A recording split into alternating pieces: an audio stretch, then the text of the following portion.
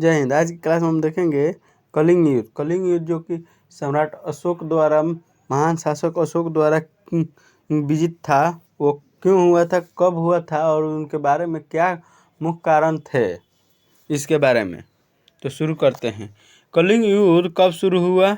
तो कलिंग युद्ध हुआ था 261-62 ईसा पूर्व पहले। कलिंग का प्रख्यात युद्ध सम्राट अशोक और कलिंग के राजा अनंत नाथन के बीच 261-62 ईसा पूर्व 262-61 ईसा पूर्व हो गया यहाँ पे ईसा पूर्व में भुवनेश्वर से 8 किलोमीटर दक्षिण में दया नदी के किनारे लड़ा गया था। जो युद्ध लड़ा गया था तो कहाँ पे लड़ा गया था? तो भुवनेश्वर से 8 किलोमीटर दक्षिण दया नदी के किनारे। भारतीय इतिहास में ऐसे कई युद्ध हुए जिन्होंने इतिहास ही बदल डाला। ऐसा ही एक युद्ध था कलिंग युद्ध। इसने भारतीय इतिहास के पूरे कालखंड को ही बदल कर रख दिया। इस युद्ध को भारतीय इतिहास का भीषणतम युद्ध कहा जाता है। चक्रवर्ती सम्राट अशोक ने अपने राज्याभिषेक के 8वें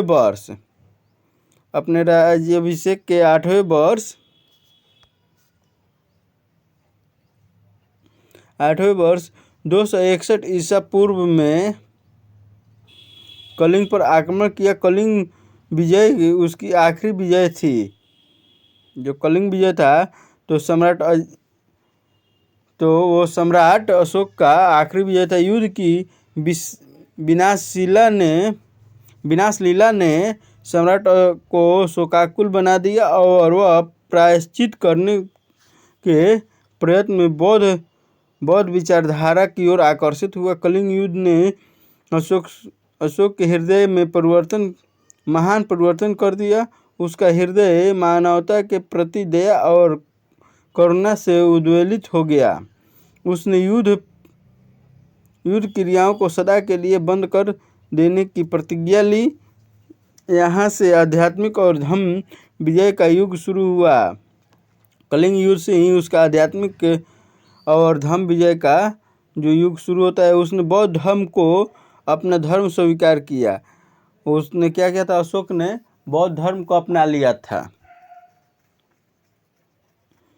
नेक्स्ट है कलिंग का इतिहास।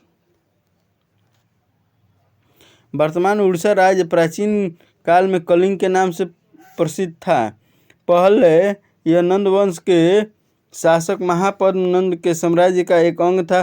कुछ समय के लिए मगध साम्राज्य से अलग हो गया, परंतु अशोक ने गद्दी पर बैठने के 8वें वर्ष इसे पुनः जीत लिया। इस युद्ध में कलिंग वासियों ने अशोक की सेना का असाधारण प्रतिरोध किया। कलिंग के 1 लाख व्यक्ति मारे गए, 1.5 लाख बंदी बनाए गए और इससे कहीं अधिक संख्या में युद्ध से हुए विनाश के कारण बाद में मर गए। इसी विनाश को देखकर अशोक युद्ध के बदले धर्म विजय की ओर प्रवृत्त हुआ।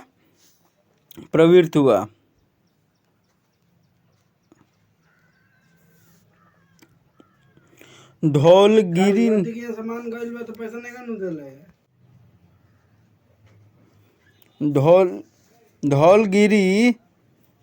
नामक स्थान पर जहां अशोक की सेना का शिविर था और बाद में जहां उसने बौद्ध धर्म की दीक्षा ली थी, अब एक आकर्षक स्तूप, मंदिर और शिलालेख विद्यमान है। जहां धौलागिरी नामक स्थान पर जहां अशोक ने बौद्ध धर्म की शिक्षा ली थी, वहाँ पे क्या है? अब तो एक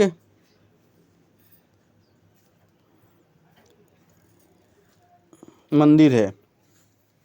आगे की शताब्दी में कलिंग ने अनेक परिवर्तन देखे। कभी खारवेल यहाँ के शासक बने तो कभी गुप्त यहाँ साम्राज्य मिले। नेक्स्ट है 6वीं से 7वीं शताब्दी में थोड़े समय के लिए यहाँ की सत्ता हर्षवर्धन के हाथों में रही थी।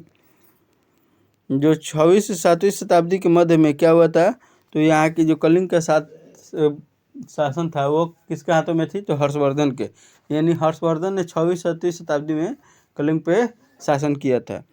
अनंत वर्मा चोडग ने, जो पूर्वी गंग वंश का प्रमुख राजा था, उसने कलिंग पर 71 वर्ष 1076 से 1147 ईस्वी तक राज किया था। कलिंग युद्ध के कारण।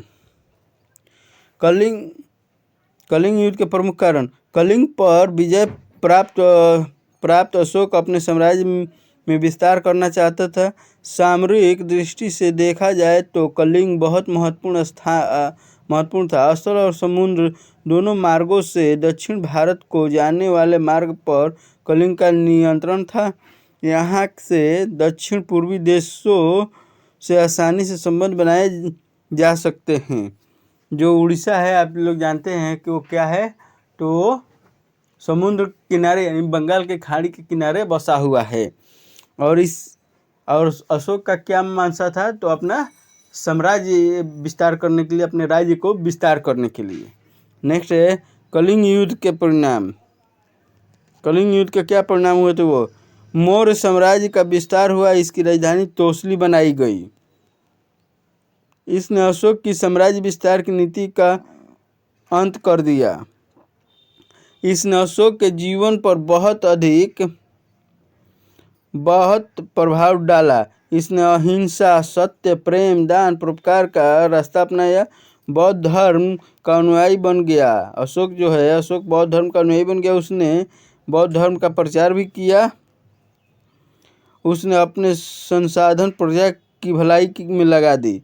उसकी जो भी संसाधन यानी जो भी उसके पास मूल्य संसाधन थे, उसमें उसको किसके लिए लगा दिए? तो वो जनता की भलाई के लिए। नेक्स्ट है उसने धर्म की स्थापना की। उसके बाद उसने दूसरे देशों से मैत्रीपूर्ण संबंध बनाए।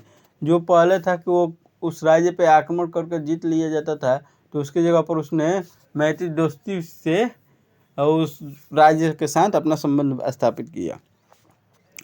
कलिंग युद्ध मौर्य साम्राज्य के पतन का कारण बना। अहिंसा के नीति के कारण उसके सैनिक युद्ध कला में पिछड़ने लगे। परिणाम स्वरूप धीरे धीरे उसका पतन आरंभ हो गया।